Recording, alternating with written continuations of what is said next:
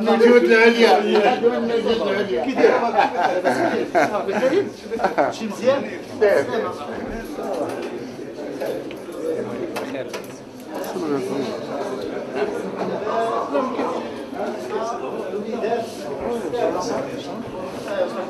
شوف هذيك في سميتو الفترة ديال الستينات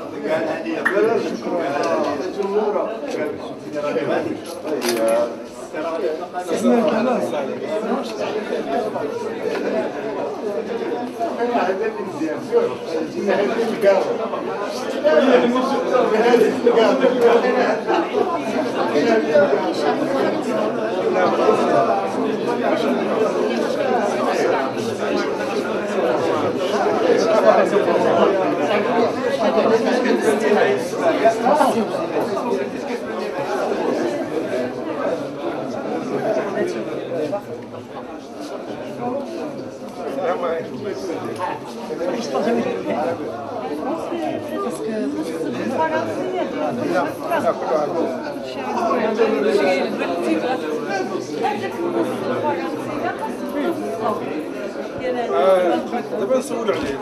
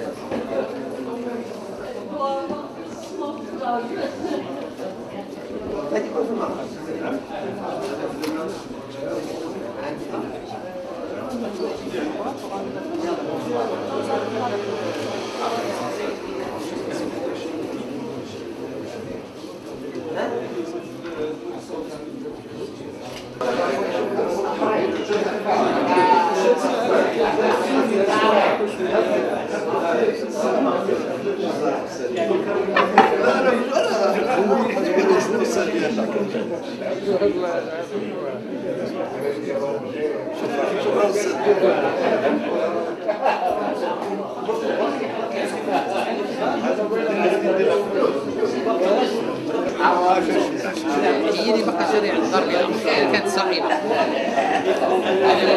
هذا عن المستقبل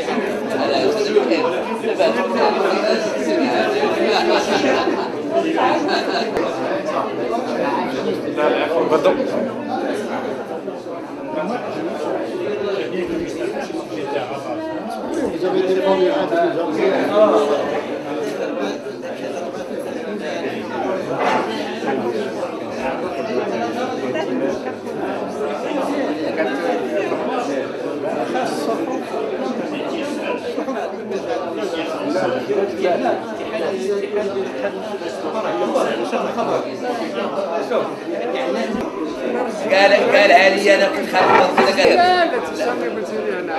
قال يا مكسي قالها لي والله مع الاسف الشديد كنت خارج ما كنتش انا كي درت وزيري واحد لاباس بخير لاباس عليك الله يبارك شي مره زور شي مره زور الو 3 الصباح 3 الصباح هكا جوج تقوى داكور شكرا جزيلا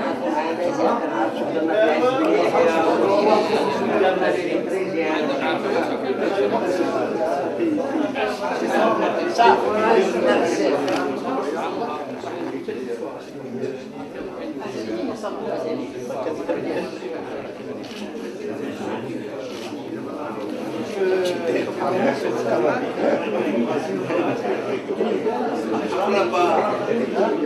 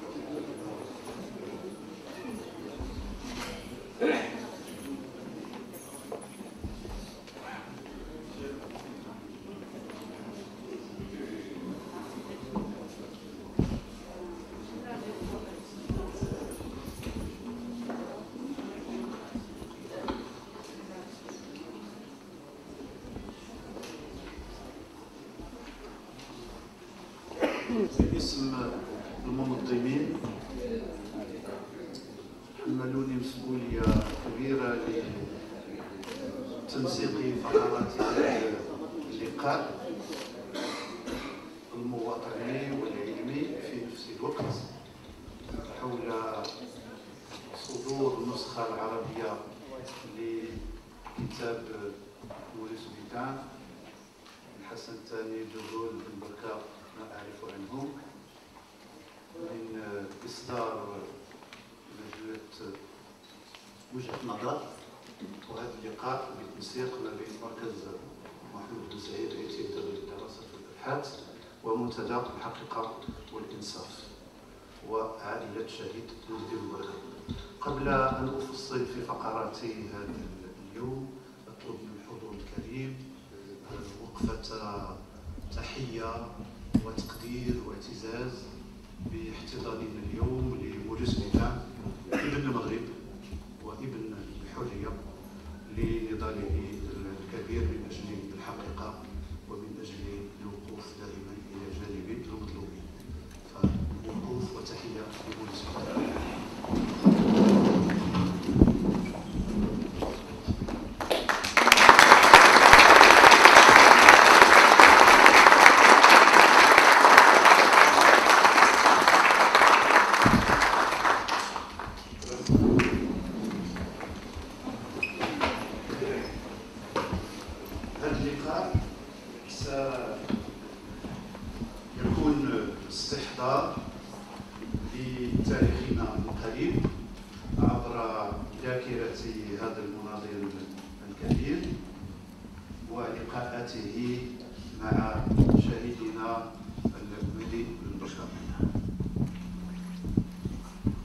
ستكون باللغتين العربية والفرنسية، وبعد القراءات هناك تعقيب للأستاذ موريس بيتان، ثم بعد ذلك نستدعيكم لحفلة الشاي ولتوقيع الكتاب لمن أخذ الكتاب من طرف الكاتب الحاضري معنا في هذه اللحظة الاستثنائية.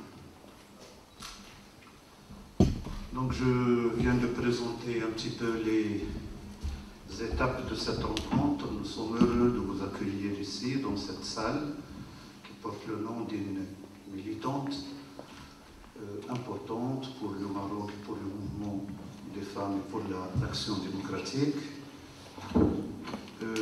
Nous sommes heureux donc de vous accueillir, M. Mouris Bitain, la famille Ben Barka, notre ami Bachir Ben Barka, les grands militants qui ont peuplé notre lutte commune pour la démocratie et la citoyenneté.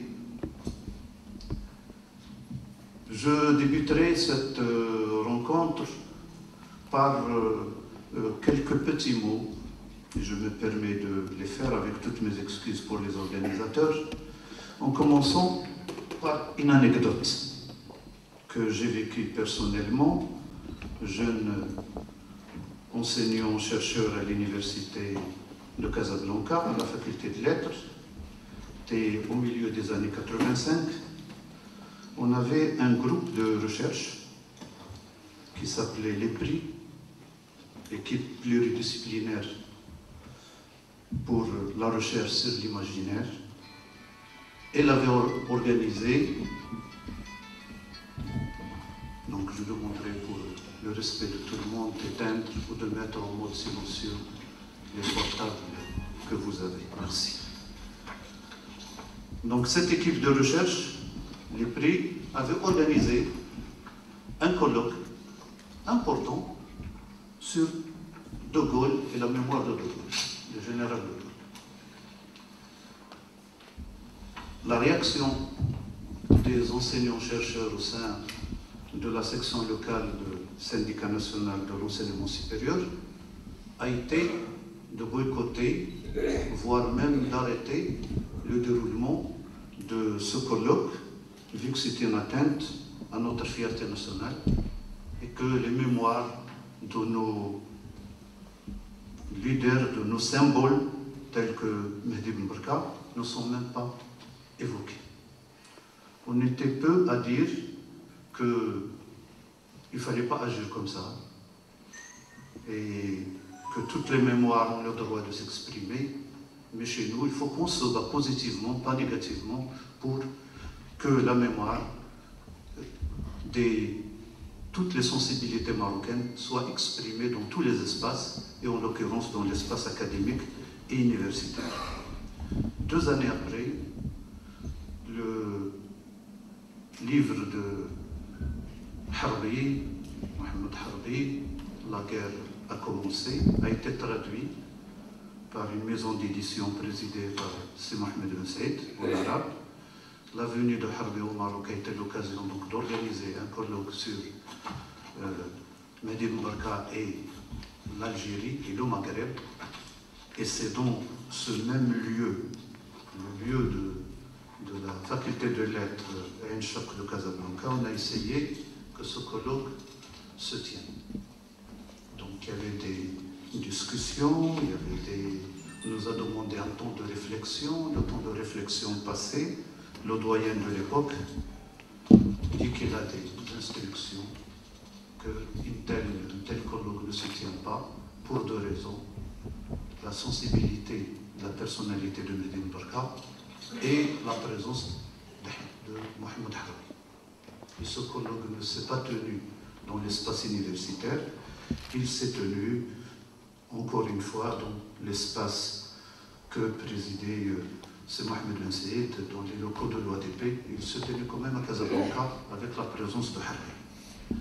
Donc je soulève cette anecdote seulement pour montrer cette dualité entre la mémoire collective et la mémoire scientifique et historique, et que la mémoire collective est façonnée par les pouvoirs, par le pouvoir, et elle est naturellement sélective et déformante de la réalité. Dans cette mémoire collective qui constitue ce qui est divulgué et implanté par le pouvoir en place, on la trouve dans les manuels scolaires, dans les noms des rues, dans les fêtes célébrées, dans la télévision, dans les médias proches du pouvoir et tout ça. Dans cette mémoire collective, Mehdi Ben Barka était marginalisé, voire même gommé. Il était central, par contre, dans la mémoire de la mouvance nationale démocratique, dans ses locaux, dans ses journaux partisans, dans ses fêtes propres à elle, y compris toutes les fêtes d'indépendance, de soulèvement, de résistance et de son enlèvement lui-même, qui était un moment important. Cette présence faisait figure de résistance. C'est une résistance à cette mémoire collective qui l'excluait. Elle était là, cette résistance, elle a tenu. C'est une résistance contre tous les conservatismes qui voulaient maintenir le Maroc dans une vision à eux, la vision du vainqueur. Mais cette mouvance tenait que la mémoire vive des Marocains, que l'imaginaire collectif des Marocains trouve et fait une place à la mémoire de nos symboles tels que Mehdi Ben Barka. Bien sûr, dans la mémoire historique, c'est-à-dire la mémoire scientifique, c'est une construction. C'est une construction qui se forge par des outils, les outils des historiens professionnels, dont parmi ces outils la critique et la déconstruction de toutes les mémoires et de tous les documents.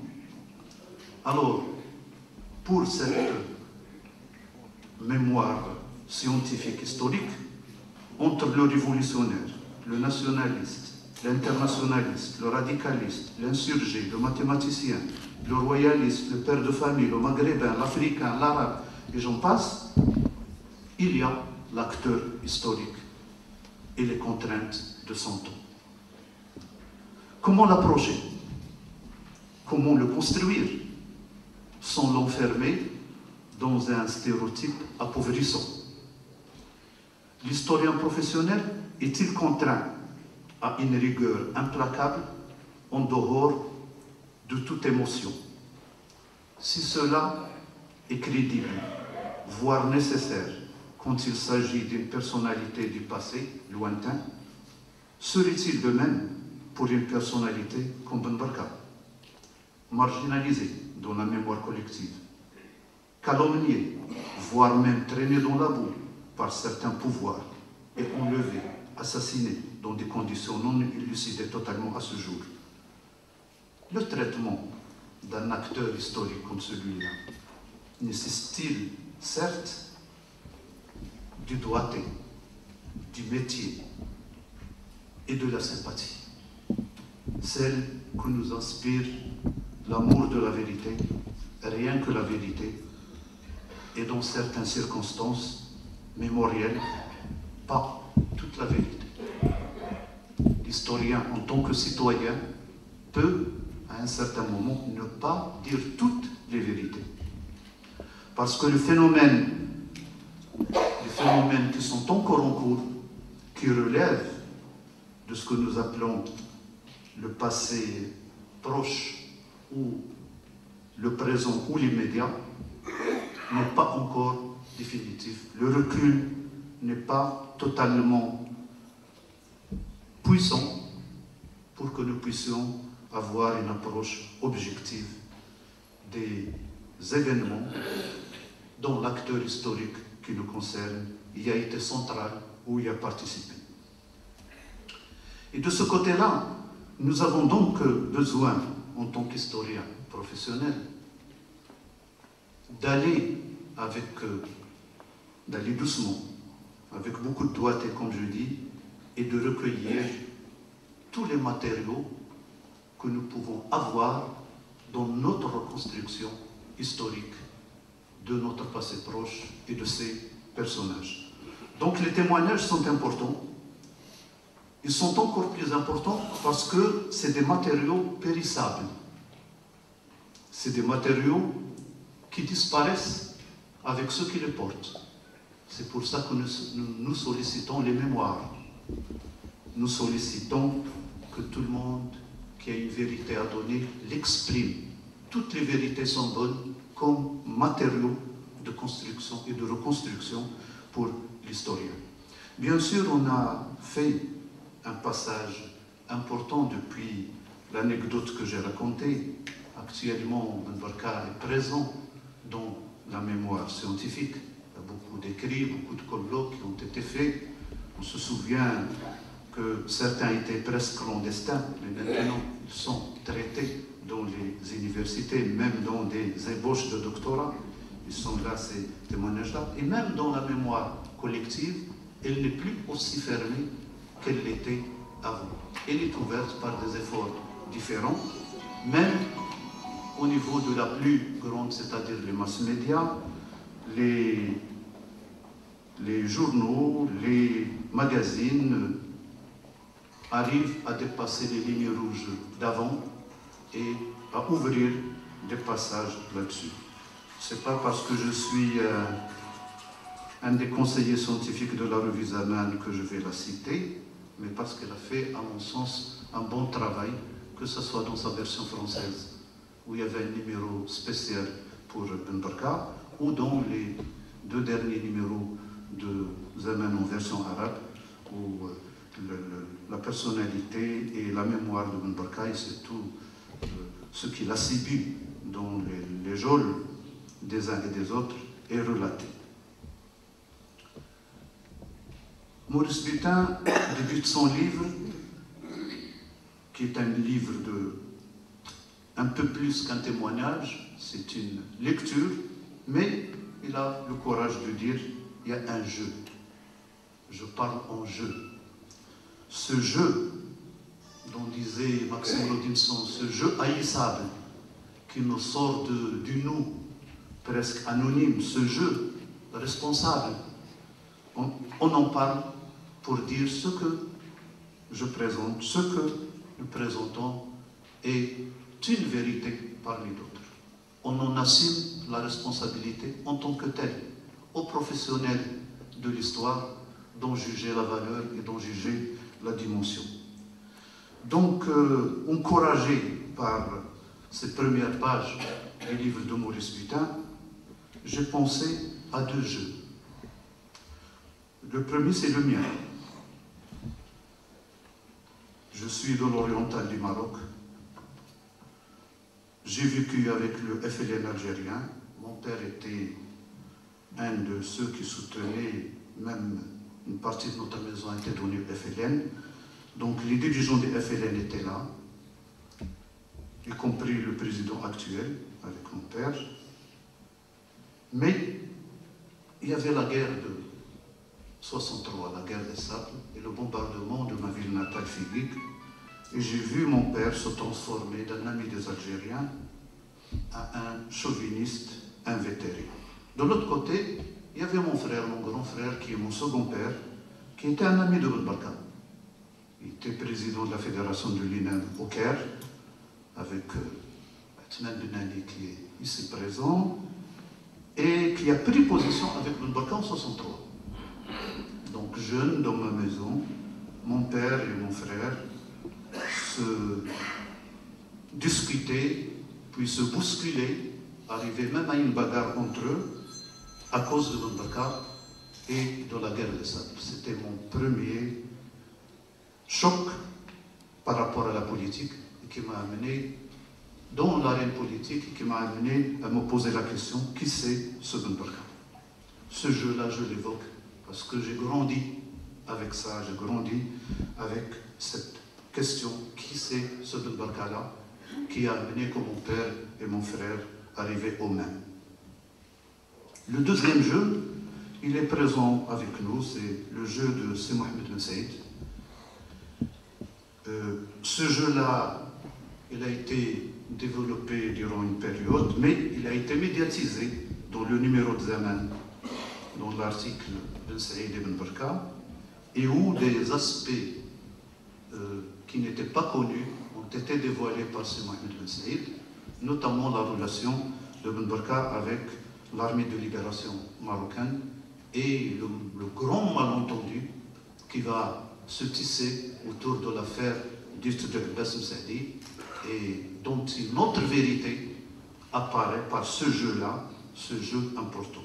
Mais ce jeu de Ben Saïd est encore plus beau quand il parlait de la rencontre qu'il faisait avec Ben Barka à Genève, quand il allait le voir à Genève. Et qu'après avoir déroulé l'actualité du Maroc et l'actualité du monde arabe, prenait un peu de bon temps et Ben Barka aimait entendre la fameuse chanson de Fayrouz, Sanarji'u yawman ila yawmina. Ila hayyina. On va retourner un jour à notre espace, à notre quartier.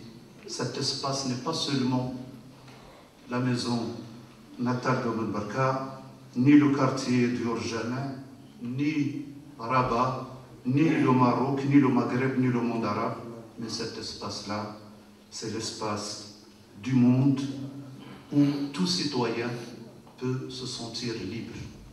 C'est cet espace-là dont la conquête n'est pas encore finie, au contraire, elle est encore plus compliquée qu'avant, et où la pensée d'Ibn Barka est encore plus présente qu'avant. Dans la quête de cet espace de liberté, au national et à l'international, que la personnalité d'Ibn Barka peut être embrassée dans toutes ses facettes. C'est à cela que nous vous invitons aujourd'hui, c'est à cette rencontre avec un esprit de liberté, avec un esprit d'une citoyenneté internationale, et les témoignages que renforce le livre de Maurice Butin. Et là, on va le décortiquer avec nos amis historiens.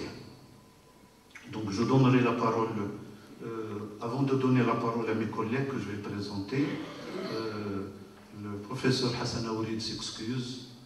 Il devait arriver de Ouarzazate à 15h30 à l'aéroport et nous rejoindre. Son avion a pris du retard, donc il s'excuse fortement, mais il va nous envoyer sa lecture de votre livre par écrit. Il va vous la faire parvenir et on va peut-être éditer les actes de cette rencontre. Je m'excuse de ce préambule un peu long. Je donnerai la parole successivement à M. Marouf Dafali, c'est Mohamed Marouf Dafali que je vais présenter bientôt, qui va faire une intervention en arabe. Puis c'est Mohamed El-Hatimi qui va faire une intervention en français. Et je terminerai par Tayyib Biyad qui fera une intervention en arabe. Et on donnera après la parole à M. Maurice Butin pour réagir. Alors, M. Marouf Dafali est un collègue, un historien de ma génération, un historien brillant qui est à la tête d'une revue d'histoire qui s'appelle Amal, qui a beaucoup écrit. Il était passé souvent pour être le spécialiste du PDI et de Belhassan Louazani, mais on attendait une grande thèse sur Belhassan Louazani, une grande biographie. Il nous a surpris en présentant une thèse sur le nationalisme, une thèse innovante qui vient d'être soutenue il y a une année, sur les subtilités du nationalisme marocain en tant que pensée, donc du nationalisme nouveau au nationalisme renouvelé. Cette nuance est une nuance pleine de sens et c'est la thèse de C. Mohamed Marouf Dafali. Alors, nous l'a sollicité pour la lecture de la version arabe du livre de Maurice Butin. Je lui donne la parole. Vous avez dit. شكرا سيدي الرئيس، شكرا على هذه الدعوة الكريمة للمشاركة في هذا اليوم لاحتفالي في مداري. ويسعدني